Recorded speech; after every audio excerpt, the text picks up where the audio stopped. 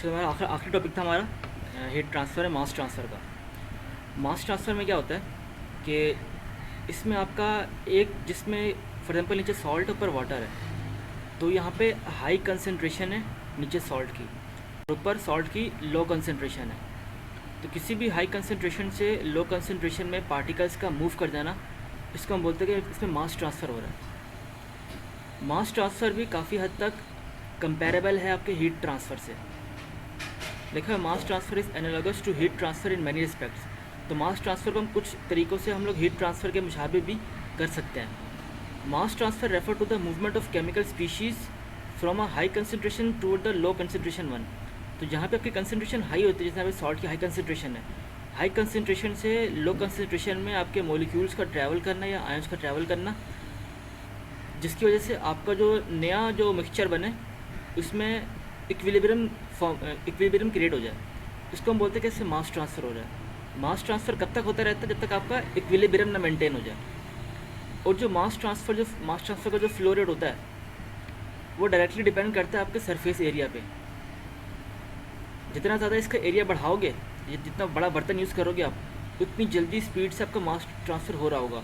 और concentration gradient, जितना आपका कंसनट्रेशन ग्रेडियंट, जितना आपका एक्स एक्सिस में आपका जो कंसनट्रेशन है वो एक्स एक्सिस में कितनी चेंज हो रही है उस पर डिपेंड करता है। कंसनट्रेशन, इसका मतलब क्या है? कंसनट्रेशन ग्रेडियंट का मतलब ये है कि फॉर एग्जांपल आपका यहाँ पे कंसनट्रेशन ज़्यादा है, कोई चीज़ फ्लो कर रही है ना, लेफ़्ट से राइट कोई चीज़ फ्लो कर रही है इसके ऊपर। तो जब कोई चीज़ फ्लो कर रही होगी, सबसे ज़्यादा जो कंसनट्रेशन कम होगी ना वो यहाँ पे कम होगी, क्योंकि जो वाटर आ रहा होगा ना, water for example water left to right flow कर रहा है, जब ये वाटर यहाँ पे स्ट्राइक करेगा इसके टॉप एज पे, सबसे ज़्यादा जो सॉल्ट के मॉलिक्यूल यहाँ से निकलेंगे। तो आहिस्ता आहिस्ता करते करते बनिस्बत यहाँ के कोने पे यहाँ से सबसे ज़्यादा सॉल्ट के मॉलिक्यूल निकले होंगे अगर ऊपर से वाटर फ्लो कर रहा है। तो concentration gradient during the flow होता है, अगर कोई चीज़ ऊपर से फ्लो कर रही है उसमें होता है। और आपका के है, ये आपका डिफ्यूजिबिलिटी कांस्टेंट है। यहाँ पर डायरेक्टली प्रोपोर्शनल का साइन है, इसका साइन आपका हटाएंगे, यहाँ पे एक कांस्टेंट आएगा के डिफ्यूजिबिलिटी। इसे बोलते हैं diffusion coefficient of the medium. ये आपके मीडियम पे डिपेंड करता है। मैंने अभी वाटर यूज़ किया हुआ है, तो वाटर में जल्दी आपके कंसनट्रेशन चेंज हो रही है, लेकिन अगर यहाँ पे एयर यूज़ करते हैं, यहाँ पे मीडियम एयर होता तो उसमें बहुत स्लो होती, बहुत स्लो। तो ये के डिफ्यूजन आपका जो डिपेंड करता है आपके मीडियम पे। फॉर एग्जाम्पल कोई और मीडियम यूज़ करते हैं, कोई पेट्रोल वगैरह यहाँ पे यूज़ करते हैं, क्या पता उसमें और ज़्यादा होती या कम होती। तो ये मीडियम पे डिपेंड करता है के डिफ्यूजन। ये स्लाइड क्लियर है?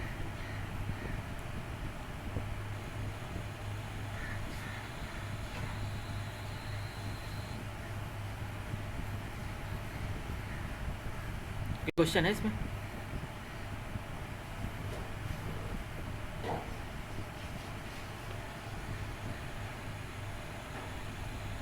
नहीं, आगे बढ़ो।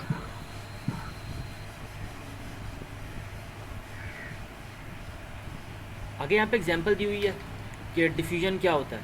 सपोज करो शुरू में यहाँ पे एक कंटेनर है, उसको हमने दो पार्ट्स में डिवाइड किया हुआ है। एक तरफ क्या है, नाइट्रोजन है, दूसरी तरफ क्या है, एयर है। जैसे हमने पार्टीशन इसकी हटाई, पार्टीशन हटाने की सूरत में क्या हुआ कि नाइट्रोजन के कुछ मॉलिक्यूल्स यहाँ ट्रैवल करने लग गए। हालांकि एयर में भी 79% नाइट्रोजन होती है, लेकिन क्योंकि नाइट्रोजन की कंसनट्रेशन यहाँ पे ज़्यादा है एयर की निस्बत, यहाँ पे 100% नाइट्रोजन है। जहाँ पे ज़्यादा कंसनट्रेशन होगी नाइट्रोजन की, नाइट्रोजन यहाँ से यहाँ ट्रैवल करेगी और तब तक ट्रैवल करती रहेगी जब तक यहाँ पे इक्विलिब्रियम मेंटेन ना हो जाए। इसे बोलते हैं डिफ्यूजन। ये हाई कंसनट्रेशन से लो कंसनट्रेशन में जा रही है और ऐसे जा रही है जब तक आपका इक्विलिब्रियम पूरे कंटेनर में मेंटेन ना हो जाए, तब तक आपकी डिफ्यूजन होती रहती है। इस स्लाइड में सिर्फ ये पीछे लिखा हुआ है यहाँ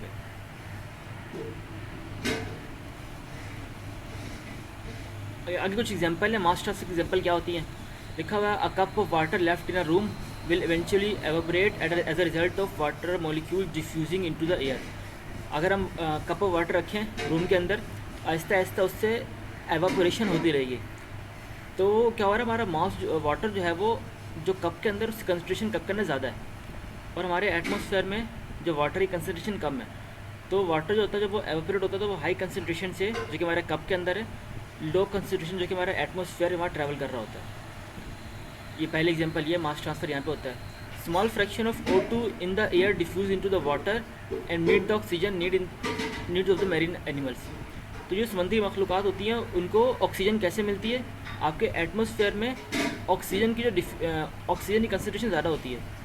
तो ऑक्सीजन क्या करती है? वो आपके वाटर मॉलिक्यूल से डिफ्यूज़ होती है, वाटर मॉलिक्यूल के अंदर जाती है oxygen. A small fraction of oxygen in the air diffuse into the water, water के अंदर डिफ्यूज़ होती है आपकी air oxygen and meet the oxygen need of the marine animals. जो आपको ऑक्सीजन की नीड रिक्वायरमेंट होती है मैरीन एनिमल्स की, वो आपकी जो ऑक्सीजन प्रोवाइड करती है वो डिफ्यूज़ होकर जाती है आपके एटमॉस्फेयर से वाटर के अंदर। Another factor that influence the diffusion process is the molecular spacing. अच्छा, जो डिफ्यूजन होती है वो आपके मोलिकुलर स्पेसिंग पे भी हाईली डिपेंड कर रही होती है। आपके सॉलिड की जो स्पेसिंग होती है, एक मोलिक्यूल से दूसरे मोलिक्यूल का जो स्पेस होता है वो कम होता है, लिक्विड का ज़्यादा होता है। और सबसे ज़्यादा स्पेसिंग जो होती है वो एक मोलिक्यूल से दूसरे मोलिक्यूल के बारे में आपकी एयर की होती है। तो जितनी ज़्यादा आपके मोलिक्यूल की स्पेसिंग होगी, जितनी ज़्यादा आपकी मोलिकुलर स्पेसिंग होगी, उतना ही रैपिडली आपकी डिफ्यूजन होगी। लिखा हुआ है the larger the spacing in general the higher the diffusion rate. जितनी ज़्यादा स्पेसिंग होगी उतना जल्दी उसके अंदर डिफ्यूजन हो रहा होगा। Therefore diffusion rate are typically much higher in gases than they are in liquids and much higher in liquid than in solids. तो सबसे ज़्यादा गैसेज में होती है, फिर लिक्विड में होती है, सबसे कम डिफ्यूजन जो होती है वो सॉलिड्स में हो रही होती है। ये भी क्लियर है?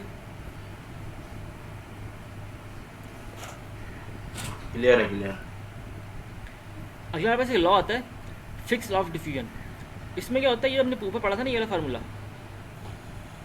ये वाला directly proportional to the normal area and concentration gradient और ये डिफ्यूजन कोफिशिएंट, ये आपका फिक्स लॉ ही है। फिक्स लॉ आपका यही बोलता है कि जितना भी आपका रेट ऑफ डिफ्यूजिबिलिटी हो रही है वो बराबर है आपके, ये तो आपका कांस्टेंट है एरिया के, ये वाला नीचे वाला है एरिया के, और आपका कंसंट्रेशन ग्रेडियंट के।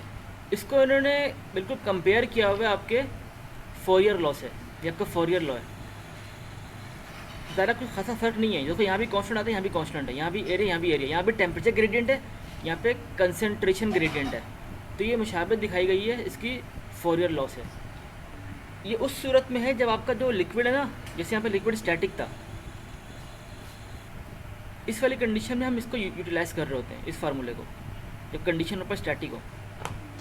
लेकिन अगर ऊपर से मास ट्रांसफ़र हो रहा हो, फ्लूइड अगर मूव कर रहा हो, यहाँ से अगर फ्लूइड सॉल्ट के ऊपर से लेफ़्ट टू राइट अगर मूव कर रहा हो, तो फिर इसमें जो कन्वेक्शन वाला फार्मूला करते हैं ना आमतौर पर, हम हीट ट्रांसफर वगैरह कोई फ्लूइड मूव कर रहा होता है ऊपर से किसी सॉलिड बॉडी के ऊपर, तो उस पर हम कन्वेक्शन यूज़ करते हैं। तो यहाँ भी कन्वेक्शन की बिल्कुल सिमिलर एक फार्मूला यूज़ किया हुआ है, ये वाला। जैसे ये ऊपर वाला फार्मूला, ये दोनों एक ही हैं। लिखा हुआ है मास कन्वेक्शन, अगर आपके पास ऊपर से फ्लूइड फ्लो कर रहा है, मास फ्लो कर रहा है, तो उसमें HM यूज़ करोगे, area CS minus C infinity, concentration at surface minus concentration at infinity. और आप ये भी यूज़ कर सकते हो, density at surface minus density of A free stream velocity, जो आपके एटमॉस्फेयर की होती है, जो कि ऊपर से मूव कर रही है। ये बिल्कुल आपके जो कन्वेक्शन का जो फार्मूला था उसके बिल्कुल मुशाबत कर रहा है उससे। उसमें क्या होता है, यहाँ पे Q होता था, यहाँ पे H होता था, यहाँ पे एरिया, यहाँ पे TS माइनस T इन्फिनिटी होता था, जबकि यहाँ पे concentration at surface minus concentration at free stream. और यहाँ पे वो नहीं है, हीट ट्रांसफ़र नहीं है, यहाँ पे मास ट्रांसफ़र है, कितना मास आपका ट्रांसफ़र हो रहा है ड्यू टू कन्वेक्शन।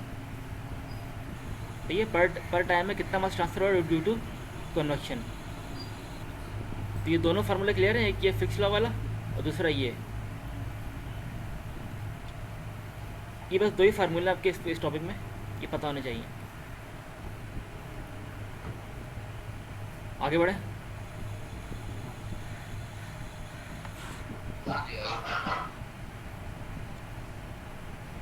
वो लिखा है मास कन्वेक्शन क्या होती है, transfer of mass between a surface and a moving fluid due to both mass diffusion and bulk fluid motion. जब भी किसी मॉलिक्यूल्स के ऊपर से आपकी बल्क फ्लूइड मोशन हो रही होती है, तो उस केस में आपका क्या होता है, मास डिफ्यूजन हो रही होती है। मास का मतलब होता है ज़्यादा, मास डिफ्यूजन का मतलब होता है ज़्यादा क्वांटिटी में। Fluid motion enhance heat transfer considerably bye removing the heated fluid near surface and replacing. ये लिखा हुआ है कि जो आपका जब कन्वेक्शन हो रही होती है, कन्वेक्शन की सूरत में क्या होता है कि वो जो हीटेड मॉलिक्यूल जो कि आपकी सरफेस पे होते हैं, कन्वेक्शन क्या करती है, जो फोर्स कन्वेक्शन होती है वो उस हॉट मॉलिक्यूल्स को रिप्लेस कर देती है, हॉट मॉलिक्यूल चले जाते हैं ऊपर और उसकी जगह रिप्लेस कर देते हैं कोल्ड मॉलिक्यूल्स। बिल्कुल इसी तरह यहाँ पर भी क्या होता है, जब हमारे पास मास ट्रांसफर हो रहा था, मास ट्रांसफर क्या होता है कि fluid motion enhance mass transfer considerably by removing the high concentration fluid near the surface and replacing it with the low concentration fluid further away. तो होता है क्या है, आपका जो हाई कंसंट्रेशन का फ्लूइड, जो फॉर एग्जांपल जो सॉल्ट और वाटर का मैं एग्जांपल ली, उसमें शुरू में जो नीचे सॉल्ट की कंसंट्रेशन थी वो हाई थी। तो मास कन्वेक्शन में क्या होता है, वो जो हाई कंसंट्रेशन ऑफ सॉल्ट होती है वो उसको उस नीचे बॉटम से हटा देता है उसको, या उसको कन्वेक्शन के ज़रिए ऊपर ले जाता है और नीचे क्या बचता है, नीचे आपका लो कंसंट्रेशन वाला फ्लूइड बच जाता है। जिस तरह आपका हीट ट्रांसफर में होता है ना, नीचे आपका कन्वेक्शन में नीचे जो हॉट सरफेस होती है वो हॉट सरफेस से आपकी जो मॉलिक्यूल होते हैं हॉट मॉलिक्यूल ऊपर चले जाते हैं, उसकी जगह कोल्ड मॉलिक्यूल आपके नीचे आके जगह को इनकॉर्पोरेट कर देते हैं। लेकिन आपके यहाँ पे कंसंट्रेशन में क्या होता है कि जो हाई कंसंट्रेशन होती है बॉटम वाली साइड पे, वो हाई कंसंट्रेशन के मॉलिक्यूल्स वहाँ से स्केप होते हैं, ऊपर चले जाते हैं और उनकी जगह लो कंसंट्रेशन के मॉलिक्यूल्स नीचे आ जाते हैं। वही लिखा हुआ है, कुछ मुशाहबत की गई है इसकी कन्वेक्शन से। In the limiting case of no bulk motion, अगर बल्क मोशन नहीं हो रही, ऊपर से फ्लूइड फ्लो ना हो रहा, mass convection reduce to mass diffusion, तो उस केस में कन्वेक्शन नहीं होती, उस केस में सिर्फ डिफ्यूजन हो रही होती है जो कि नेचुरली होती है।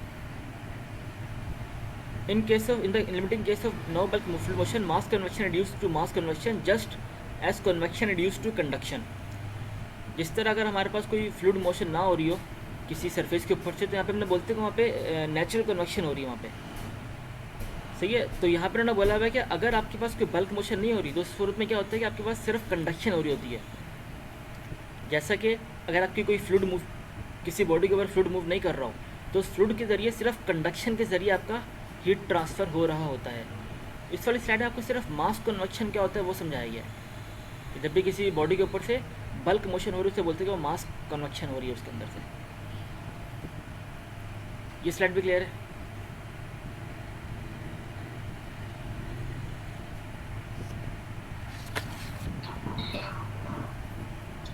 क्लियर है, क्लियर। वही कुछ जैसे कन्वेक्शन में होते हैं, हमारे पास बाउंड्री लेयर बनती है, यहाँ भी ऐसा ही है कि शुरू में कन्वेक्शन यहाँ से होती है, हीट ये फ्लो आ रहा है यहाँ से, यहाँ भी ऐसे होता है, कंसंट्रेशन बाउंड्री लेयर बनती है, आपसे भी जो कंसंट्रेशन प्रोफाइल होती है ऐसे बनती है। लेकिन यहाँ पे देखो बॉटम पे बिल्कुल ज़ीरो नहीं होता, आपका जो वेलोसिटी प्रोफाइल बनती है, वेलोसिटी प्रोफाइल में यहाँ बिल्कुल ज़ीरो होता है। लेकिन कंसंट्रेशन प्रोफाइल में बॉटम पे फिर भी, जैसे यहाँ पे भले यहाँ से कंसंट्रेशन ट्रांसफ़र हुआ लेकिन फिर भी बॉटम में excess amount of high concentration फिर भी रहती है। तो यहाँ पे वही चीज़ बताई गई है कि बॉटम में आपकी कंसंट्रेशन बिल्कुल ज़ीरो नहीं होती, कुछ ना कुछ कंसंट्रेशन फिर भी बाकी रहती है। तो ये बाकी वही मुशावरत की गई यहाँ से कि इसकी बाउंड्री लेयर बिल्कुल ऐसी बनती है। अगर आपको ये चीज़ फाइंड आउट करनी है, इसकी जो लेंथ कितनी है, बाउंड्री लेयर थिकनेस अगर आपको फाइंड आउट करनी है, तो वैसे अगर बिल्कुल आपको इस पॉइंट पे फाइंड आउट करनी है बाउंड्री लेयर थिकनेस, तो इससे निकालते हैं। जैसे कि आपके पास इसमें कंसंट्रेशन कन्वेक्शन बाउंड्री लेयर में होता है कि इसकी concentration at surface minus concentration of any point, अगर वो बराबर हो जाए concentration of surface minus concentration of आपके फ्री स्ट्रीम के 99%, तो हम बोलते हैं कि हम इस पॉइंट पे पहुंच चुके हैं। इसका मतलब ये है कि कंसंट्रेशन एट सरफेस या फिर density at surface minus density at any point, for example ये वाला पॉइंट ले लिया मैंने, अगर ये जो इसका जो सब्ट्रैक्शन है ये बस बराबर हो जाए 99% of concentration at surface minus concentration या डेंसिटी एट फ्री स्ट्रीम, तो इसको हम बोलते हैं कि हमारे पास हम यहाँ पे पहुँच गए बिल्कुल एट द एक्सट्रीम पॉइंट पे, यहाँ पे या किसी भी यहाँ पे ले लो भले। और वही आपकी क्या होती है, वो आपकी बाउंड्री थिकनेस होती है, बाउंड्री लेयर थिकनेस होती है इसको कहते हैं। बाकी इसमें वही है, आपके कंसंट्रेशन बाउंड्री लेयर बनती है, शुरू में यहाँ पे फ्रिक्शन ज़्यादा होती है, थोड़े कम मॉलिक्यूल निकल रहे होते हैं, आगे जाके ज़्यादा मॉलिक्यूल यहाँ से निकल रहे होते हैं। इसी तरह अगर आपके क्लोज इंटरनल फ्लोज की बात की जाए तो उसमें भी ऐसी बाउंड्री लेयर बनती है। इसमें कुछ कंपेयर किया गया है पहले आपकी वेलोसिटी बाउंड्री लेयर दिखाई गई ये वाली, कि वेलोसिटी बाउंड्री लेयर ऐसे बनती है। दूसरी आपकी थर्मल बाउंड्री लेयर दिखाई गई, थर्मल बाउंड्री लेयर ऐसे बनती है। और तीसरी आपकी कंसनट्रेशन बाउंड्री लेयर दिखाई गई कि आपकी कंसनट्रेशन बाउंड्री लेयर ऐसे बनती है। और जिस पर्टिकुलर पॉइंट पे तीनों बाउंड्री लेयर आपकी कन्वर्ज हो जाएं उसे हम बोलते हैं कि वहाँ से कंसनट्रेशन एंट्री लेंथ है, उसके बाद आपके पास फुल्ली डेवलप रीजन होता है। यहाँ पे क्या होता है, यहाँ पे तीनों प्रोफाइल, आपकी टेम्परेचर प्रोफाइल भी, आपकी कंसनट्रेशन प्रोफाइल भी, आपकी वेलोसिटी प्रोफाइल भी, तीनों बिल्कुल यूनिफॉर्म होती हैं, चेंज नहीं होती। जबकि यहाँ पे जो ये रीजन होता है जहाँ से कंसनट्रेशन प्रोफाइल कन्वर्ज हो रही होती है उस रीजन को हम बोलते हैं कि वो कंसनट्रेशन एंट्री लेंथ रीजन होता है। इसमें एक बात काबिल गौर है, वो ये है कि सबसे जो कम आपकी जो प्रोफाइल बनती है इंटरनल फ्लोज में, सबसे छोटी जो एंट्री लेंथ होती है वो आपकी वेलोसिटी की होती है। उससे बड़ी एंट्री लेंथ आपकी thermal entry length boundary layer होती है। और सबसे ज़्यादा आपकी जो एंट्री लेंथ होती है वो आपकी कंसनट्रेशन बाउंड्री लेयर की होती है। ये चीज़ पता होनी चाहिए। बाकी एनालॉजी वही है कि इसको कंसनट्रेशन, पहले हम बोलते थे इसको वेलोसिटी वाले में क्या बोलते थे, इसको बोलते थे हाइड्रोडायनामिक एंट्री लेंथ बोलते थे। और थर्मल में क्या बोलते हैं, इसको बोलते थे थर्मल एंट्री लेंथ। यहाँ पे क्या बोलते हैं, यहाँ पे इसको बोलते हैं कंसनट्रेशन एंट्री लेंथ बोल देंगे यहाँ पे इसको। और जिस एंट्री लेंथ के बाद आपका फुल्ली डेवलप रीजन बनता है, इन तीनों में इसको फुल्ली डेवलप रीजन ही बोलते हैं। इसमें क्या होता है, आपकी एक बिल्कुल यूनिफॉर्म बाउंड्री लेयर फॉर्म हो रही होती है इस वाले रीजन पे। ठीक है, ये भी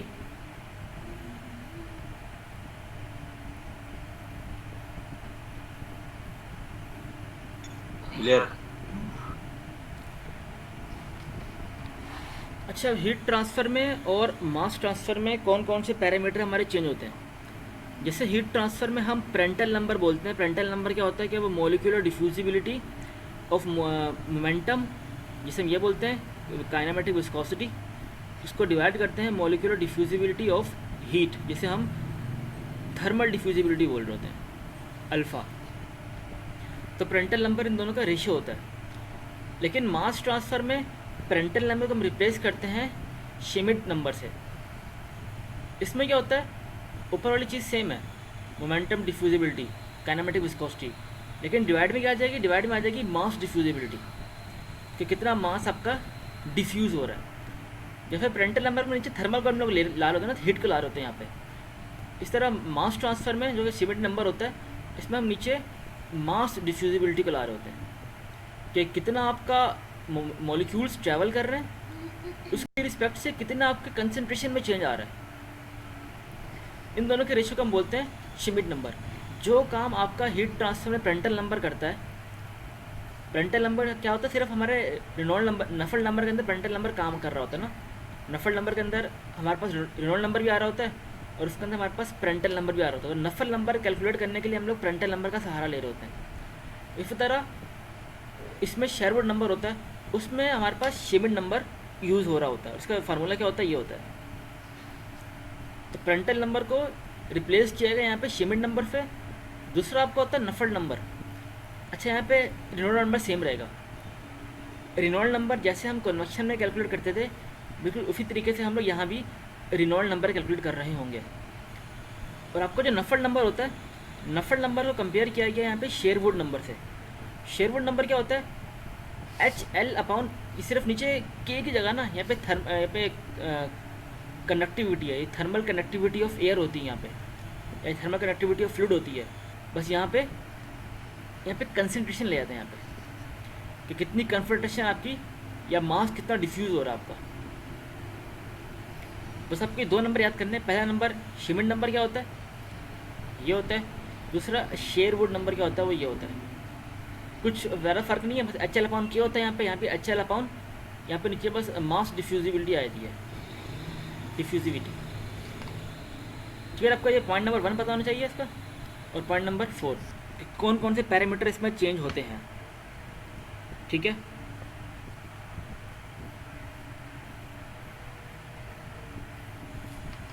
आगे बढ़े।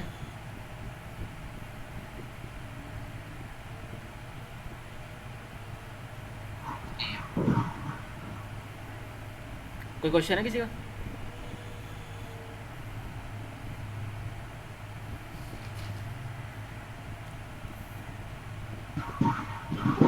स्टैंडर्ड नंबर क्या है? या प्रेंटल नंबर क्या है? स्टैंटन ये जो लिखा हुआ है 5th नंबर पे जो है। 5th नंबर पे। ये आमतौर पे स्टैंटन नंबर, नफल नंबर और प्रेंटल नंबर, इसका पता नहीं क्या है ये। अच्छा ये सही ठीक आमतौर है। पे कैलकुलेशन में ये तो यूज़ होता है, शेयरवुड नंबर यूज़ होता है और ये स्कीमेंट नंबर यूज़ होता है बस। इसका नहीं पता क्या ठीक है, है इसका भी नहीं पता, इसका भी नहीं पता क्या है ये। सही। अच्छा ये डीएबी क्या था, ये शेयरवुड नंबर? ये ये मास डिफ्यूजिबिलिटी है। जैसे आपका था ना जो अल्फ़ा होता है, अल्फ़ा क्या बोलते हैं आपका कितना हीट हीट डिफ्यूज़ हो रही है, इसे बोलते हैं थर्मल डिफ्यूजिबिलिटी। इस तरह डी आपका है मास डिफ्यूजिबिलिटी। जैसे यहाँ पे आपका कांस्टेंट था ना, यहाँ पे ये जो कांस्टेंट है ये डिफ्यूजन कांस्टेंट है, ये वही चीज़ है यहाँ पे, डिफ्यूजन कांस्टेंट। ये कांस्टेंट नंबर है, आपको चार्ट से मिल जाएगा। ठीक है ठीक। और जिस तरह हम लोग नफल नंबर निकालते हैं ना कन्वेक्शन के अंदर, तो आपका टेबल 14-13 है। आपको सबसे पहले केस देखना है, केस कौन सा हो रहा है। फॉर एग्जाम्पल जैसे नफल नंबर के लिए हम लोग केस देखा करते थे कि भाई अगर फोर्स कन्वेक्शन हो रही है, अगर वो लेमिनार तो ये यूज़ करेंगे, अगर फोर्स कन्वेक्शन टर्बुलेंट तो ये यूज़ करेंगे। इसी तरह अगर आपके पास इंटरनल फ्लो है और इंटरनल फ्लो के अंदर फुल्ली डेवलप रीजन है तो ये यूज़ करेंगे लेमिनार के अंदर, और फुल्ली डेवलप के अंदर अगर टर्बुलेंट है उसमें ये यूज़ करेंगे। इस तरह अगर आपके पास नेचुरल कन्वेक्शन है, नेचुरल उसमें वर्टिकल प्लेट्स आती है, उसके अंदर लोअर सरफेस आती है, उसके अंदर हॉरिजॉन्टल अपर सरफेस आती है, उन सब के अलग अलग नफल नंबर थे। तो जिस तरह आप नफल नंबर देखते हो ना किसी पर्टिकुलर केस के अकॉर्डिंग, आप नफल नंबर सेलेक्ट कर रहे हो, तो बिल्कुल आपको सिर्फ केस आइडेंटिफाई करना है क्वेश्चन में केस कौन सा है। और उस केस में हम कौन, फॉर एग्जांपल एक केस आया है नेचुरल कन्वेक्शन का, और वो नेचुरल कन्वेक्शन हो रही है वर्टिकल प्लेट के अक्रॉस। तो आपको पता है नेचुरल कन्वेक्शन वर्टिकल प्लेट के क्रॉस हो रही है, उसमें ग्रेचुअफ नंबर का नंबर फॉर एग्जांपल ये है, ऊपर वाली रेंज में आ रहा है, तो उसमें आपने नफल नंबर ये सेलेक्ट किया है। तो अगर वो क्वेश्चन आपका मास ट्रांसफ़र का है, तो उसमें आप जो शेयरवुड नंबर सेलेक्ट करोगे ये करोगे, उसमें ये वाला शेयरवुड नंबर सेलेक्ट हो रहा होगा। फॉर एग्जांपल आपने आइडेंटिफाई किया कि आपका जो केस है इंटरनल फ्लो का है, वो इंटरनल फ्लो में लेमिनार है, तो आपने उसमें ये वाला नफल नंबर सेलेक्ट करना होगा। तो उसके अकॉर्डिंग आपको जो शेयरवुड नंबर सेलेक्ट करोगे, आप शेयरवुड नंबर ये वाला सेलेक्ट कर रहे होगे। इसी तरह बिल्कुल दूसरे केसेस में जो नफल नंबर का क्राइटेरिया होता है सेलेक्ट करने का, बिल्कुल वही क्राइटेरिया आपका शेयरवुड नंबर का है। बस आपको पता होना चाहिए कि इसमें कौन सा नफल नंबर लग सकता होगा, उसी नफल नंबर के आगे ही उसका शेयरवुड नंबर गिवन है, तो आप यहाँ से शेयरवुड नंबर निकालोगे। ठीक है यहाँ तक?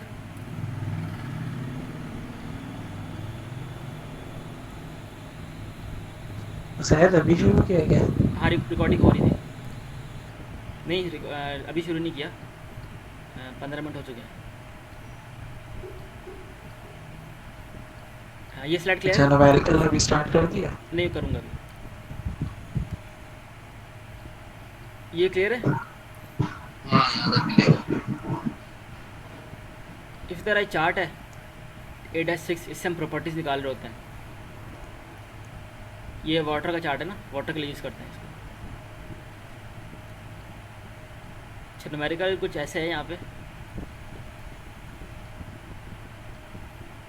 लिखा हुआ है estimate the evaporation rate of the water from a lake that is रफली 50 मीटर बाई 50 मीटर। एक लेक है जिसका जो एरिया है 500 मीटर बाय 500 मीटर है।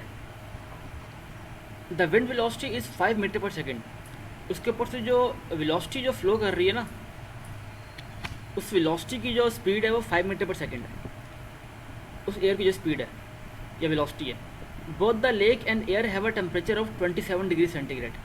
आपका जो लेक है उसका टेम्परेचर भी 27 डिग्री सेंटीग्रेड है, और आपका जो एटमॉस्फेयर है उसका टेम्परेचर भी 27 डिग्री सेंटीग्रेड है। आगे लिखा हुआ है द रिलेटिव ह्यूमिडिटी इज़ 10%। तो आपके जो एटमॉस्फेयर की जो रिलेटिव ह्यूमिडिटी है वो 10% है। And diffusivity of water vapour in air at the given condition is this. तो जो डिफ्यूजिबिलिटी आपकी जो हो रही है वाटर वेपर की एयर के अंदर, उसका जो कांस्टेंट पैरामीटर है वो ये दे दिया गया है। आपकी डिफ्यूजिबिलिटी यही यहाँ पे डी था ना, मास डिफ्यूजिविटी, ये चीज़ आपको गिवन है क्वेश्चन में, ये गिवन है 2.6 - 5। तो इसमें देखो जो 5 मीटर पर सेकेंड है ये अच्छी खासी वेलोसिटी होती है। 5 मीटर पर सेकेंड आपको जो वेलोसिटी गिवन है, सबको अंदाजा होगा कि यहाँ पे एक मास कन्वेक्शन हो रही होगी। हमने 2 फार्मूले पढ़े। पहला फार्मूला आपका ये है, ये ड्यू टू आपका कंडक्शन होता है, इसमें मास ट्रांसफ़र नहीं हो रहा होता। इसमें आपकी क्या होती है, आमतौर पे आपका जो मीडियम होता है वो स्टैटिक होता है। ये आपका मास जब ट्रांसफ़र हो रहा होता है, ऊपर के वाली आपका जो फ्लूइड मूव कर रहा है उसकी वेलोसिटी जब ज़्यादा होती है, उस वाले केस में ये वाला फार्मूला हम यूटिलाइज़ कर रहे होते हैं। तो यहाँ पे हमें वेलोसिटी को देख के अंदाज़ा हो कि वेलोसिटी की स्पीड जो है वो 5 मीटर पर सेकेंड है, एयर की स्पीड। तो उसके हिसाब से यहाँ पे मास ट्रांसफ़र हो रहा होगा। मास का मतलब होता है ज़्यादा, हैवी अमाउंट में ट्रांसफ़र हो रहा होगा मॉलिक्यूल्स का। अगर यहाँ पे वेलोसिटी नहीं दी होती, वेलोसिटी बहुत कम होती, तो उस केस में हम वही फ्रिक्स लॉ यूज़ कर रहे होते हैं। तो डेटा लिख दिया, पे वेलोसिटी गिवन है हमें, टेम्परेचर गिवन है हमें, रिलेटिव ह्यूमिडिटी ये है हमारे पास, जो हमारे पास कांस्टेंट है, मास डिफ्यूजिबिलिटी कांस्टेंट वो ये है हमारे पास। और हम इसमें ये वाली इक्वेशन यूज़ करने जा रहे होंगे। कितना मास ट्रांसफ़र होगा डिपेंड करेगा आपके कांस्टेंट पे इनटू एरिया। अच्छा, यहाँ पे आप लोग अगर आपको कंसंट्रेशन गिवन हो क्वेश्चन है तो यहाँ पे आप लोग कंसंट्रेशन यूज़ कर सकते हो, और यहाँ पे आप लोग डेंसिटी भी यूज़ कर सकते हो। मैं कहता हूँ दोनों फार्मूला यूज़ कर सकते हैं। अब चाहो तो यहाँ पे C S concentration at surface minus C infinity concentration at free stream, ये भी यूज़ कर सकते हो, या चाहो तो ये भी यूज़ कर सकते हो। Density at surface minus density at free stream. तो यहाँ पे डेंसिटी एट फ्री स्ट्रीम वाला फार्मूला यूज़ किया हुआ। डेंसिटी एट सरफेस के वाटर की मॉलिक्यूल की डेंसिटी जो होगी वो कितनी होगी एट सरफेस पे, minus density of water at free stream, ये एटमॉस्फेयर की कितनी डेंसिटी होगी। सबसे पहले हम काम करेंगे एच के लिए। अब एच के लिए हम क्या करते रहे, कन्वेक्शन के केस हम कैसे करते रहे, सबसे पहले हम निकालते रहे रेनॉल्ड नंबर निकालते रहे, फिर रेनॉल्ड नंबर से हम निकालते रहे नफल नंबर निकालते थे, फिर नफल नंबर से हम क्या करते रहे, एच की वैल्यू फाइंड आउट क्या करते रहे कन्वेक्शन के न्यूमेरिकल्स में। बिल्कुल यहाँ पे भी ऐसी है। यहाँ पे सबसे पहले हम निकालेंगे रेनॉल्ड नंबर, इसके बाद निकालेंगे शेरवुड नंबर, फिर शेरवुड नंबर से हम निकालेंगे एच की वैल्यू। ठीक है, कन्वेक्शन में ये वाला प्रोसेस फॉलो करते थे हम, रेनॉल्ड नंबर, नफल नंबर, फिर एच। यहाँ पे ऐसे होगा रेनॉल्ड नंबर, उसके बाद निकालेंगे शेरवुड नंबर, फिर उसके बाद निकालेंगे एच। तो देखो सबसे पहले यहाँ पे रेनॉल्ड नंबर निकाला गया है, क्योंकि हमारे पास यहाँ पे एक फ्री स्ट्रीम है ना हमारे पास ये कोई इंटरनल फ्लो है, ना हमारे पास ये फ्री कन्वेक्शन है, हमारे पास ये एक force convection over a flat plate वाला कुछ कंडीशन बन रही है, force convection over a flat plate. उसके लिए फार्मूला ये यूज होता है,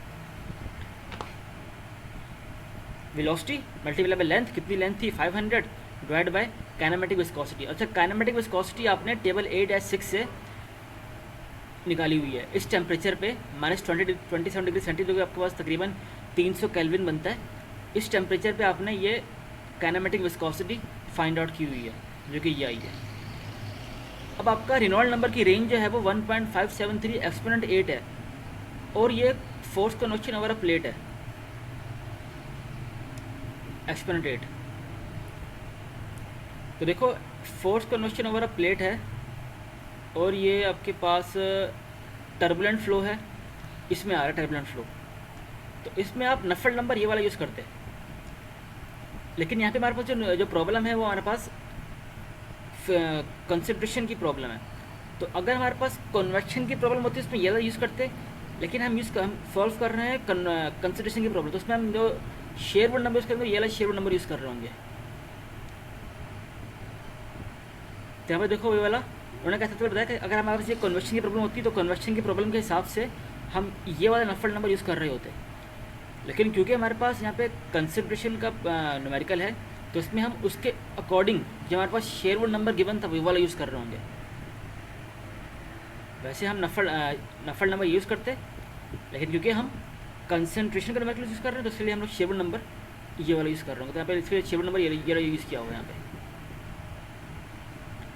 अच्छा, ये जो है ना SC जो पूछा जा रहा है, अब ये SC क्या है, तो यहाँ पे हमारा काम इससे नहीं होता SC की वैल्यू क्या आ रही होगी, उसकी रेंज हमें गिवन है कि अगर SC की वैल्यू ग्रेटर देन 0.5 हो तो हम इसको रेनॉल्ड नंबर के रिस्पेक्ट से ही ये वैल्यू सिलेक्ट कर रहे होते हैं। वैसे ये वाली वैल्यू जो है वो SC को देखते हुए भी, SC यहाँ पे शिमिड नंबर है, शिमिड नंबर को देखते हुए ये वाली वैल्यू हम निकाल सकते हैं।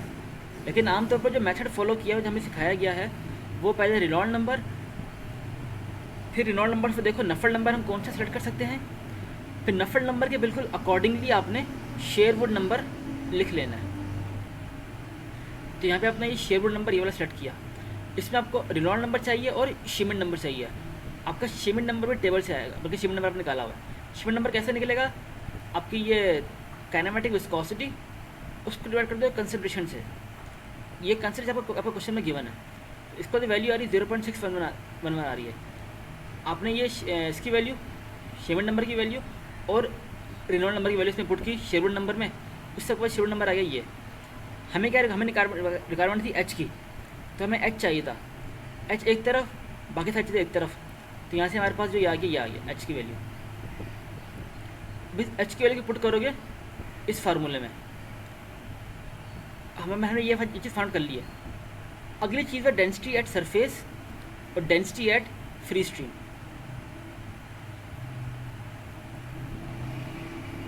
अच्छा भाई,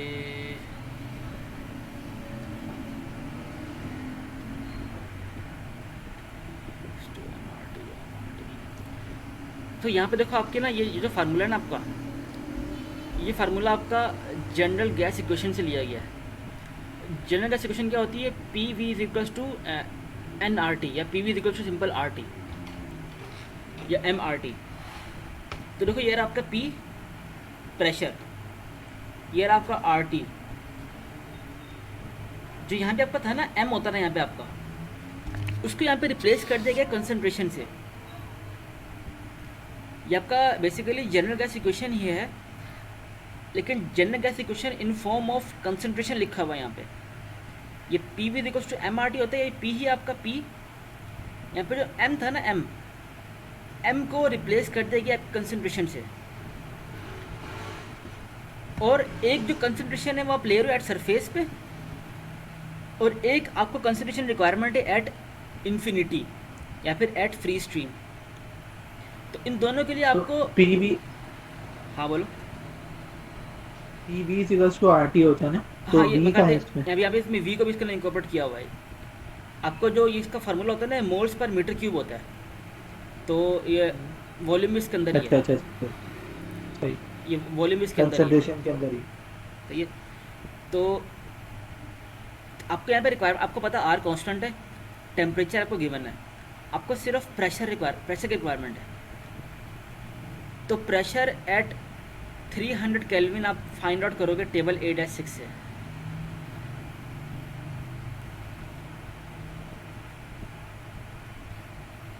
जो कि यहाँ पे आपके पास आया हुआ है 0.03531 बार में गिवन था वहाँ पे।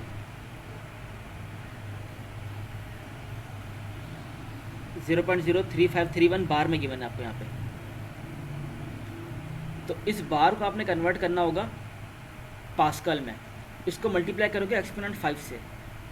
जब इसको एक्सपोनेंट 5 से मल्टीप्लाई करोगे तो आपके पास 3531 पास्कल आ रहा होगा। आपको टेबल में जो यूनिट गिवन है वो बार गिवन है, अब इस बार को रिप्लेस कर दोगे एक्सपोनेंट 5 से, आपके पास आंसर आ जाएगा पास्कल में। आपने यहाँ पे इसका जो वैल्यू रखनी है वो किलो पास्कल में नहीं रखनी है, आपने इसमें वैल्यू पास्कल में रखनी है।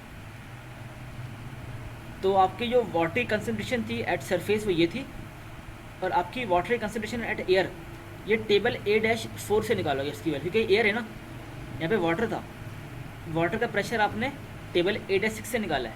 और आप जो प्रेशर निकाल रहे होगे उसका एयर का प्रेशर पार्शियल प्रेशर वो आप टेबल A-4 से निकालोगे, उसकी वैल्यू क्या आएगी 353.1 पास्कल।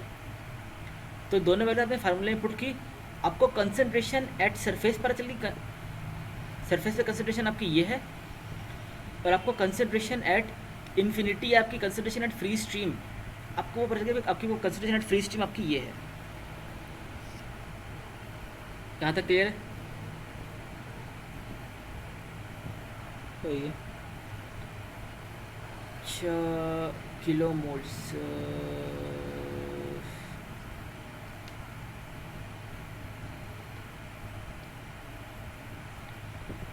मेरे पास कंसनट्रेशन है ना, अगर मैं अपनी कंसनट्रेशन को मोलिकुलर वेट से मल्टीप्लाई करवाऊँ, जैसे मोलिकुलर वेट ऑफ वाटर क्या होता है 18 होता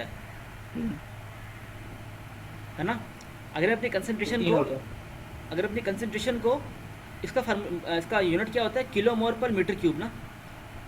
अगर मैं इसको मल्टीप्लाई कराऊँ मोलिकुलर वेट ऑफ वाटर से, क्योंकि जो मेरे पास ये जो प्रेशर है ना, जो मेरे पास कंसंट्रेशन आई है, ये कंसंट्रेशन एट सरफेस है, और सरफेस पे क्या है, वाटर है।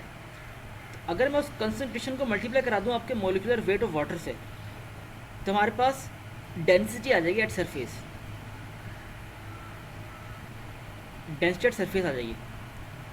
इसी तरह अगर मैं जो कंसंट्रेशन एट इन्फिनिटी है उसको मैं मल्टीप्लाई कराऊँ मोलिकुलर वेट ऑफ एयर से, तो मेरे पास ये आंसर आएगा। किसी को पता है मोलिकुलर वेट ऑफ एयर क्या होता है? एयर तो O2 होती है ना।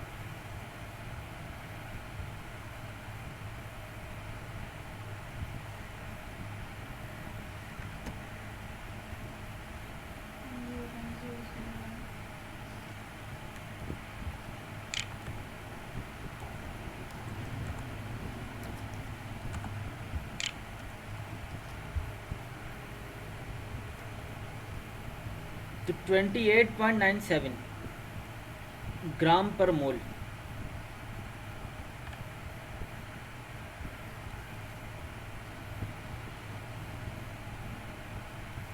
ट्वेंटी 8.07 है ग्राम पर मोल, वो ग्राम है, आपको उसको किलोग्राम में कन्वर्ट करना है।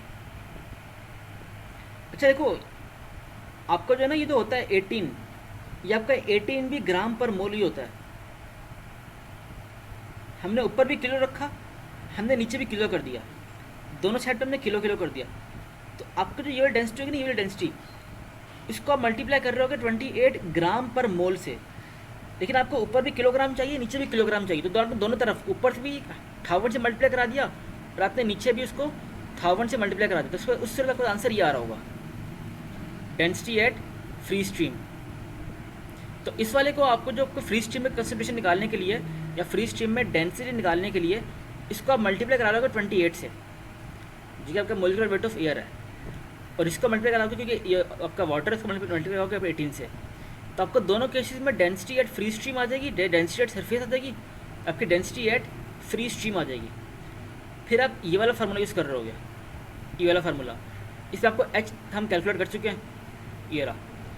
इसमें हमें एरिया पता है 500 मल्टीप्लाई 500, और इसमें हमें ये चीज़ ही पता है, हम डेंसिटी एट सरफेस भी निकाल चुके हैं और डेंसिटी एट फ्री स्ट्रीम भी निकाल चुके हैं। उसको से पुट करके वापस मास डिफ्यूजिबिलिटी आ जाएगी। अच्छा, मुझे ये नहीं पता कि ये क्या चीज़ है, इसका अंदाज़ा मुझे नहीं हुआ कि कैसे ने कैसे किया हुआ ये। सर ने असल में पहले कहते हैं क्या किया, पहले सर ने क्या किया हुआ है कि इसमें फार्मूला लगाया हुआ है कंसंट्रेशन वाला।